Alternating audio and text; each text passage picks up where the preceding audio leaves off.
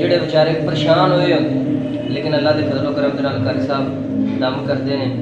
ਸਿਰਫ ਕੋਈ ਤਵੀਦ नहीं, कोई धागा नहीं, सिर्फ दम करते हैं। कुरान चो हदीस चो अल्लाह ताला शिफा अता करते हैं। और कर साहब मेरा सवाल है वे अज के जोड़े आ मतलब अहल हदीसां दे अंदर भी जो 2 नंबर लोग जिन्हों का काम ही सिर्फ दम करना, 2 नंबरी करनी, और उन्होंने कोई काम नहीं, उन्हों के बारे सानू दसो। और दूजे नंबर पर मेरा दसो। राम भाई तुहाडी मुहब्बत का बड़ा शुक्रिया।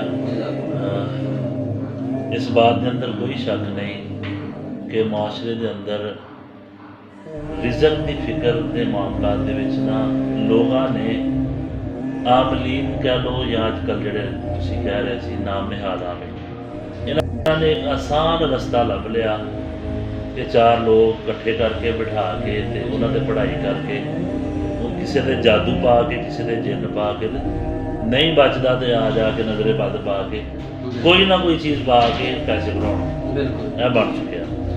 तो रही गल ये तुसीं कह रहे हो कि ये मुआशरे के अंदर 2 नंबर लोग पहचाने कितना जाएंगे। देखो ये मैंने 1 साल का अरसा हो गया, माशाअल्लाह माशाअल्लाह 15 साल कमो पेश हो गए।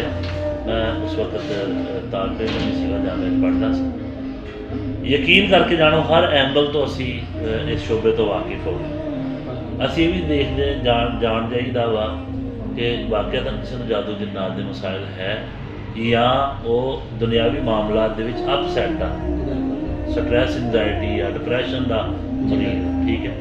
यह परख करनी बड़ी जरूरी है।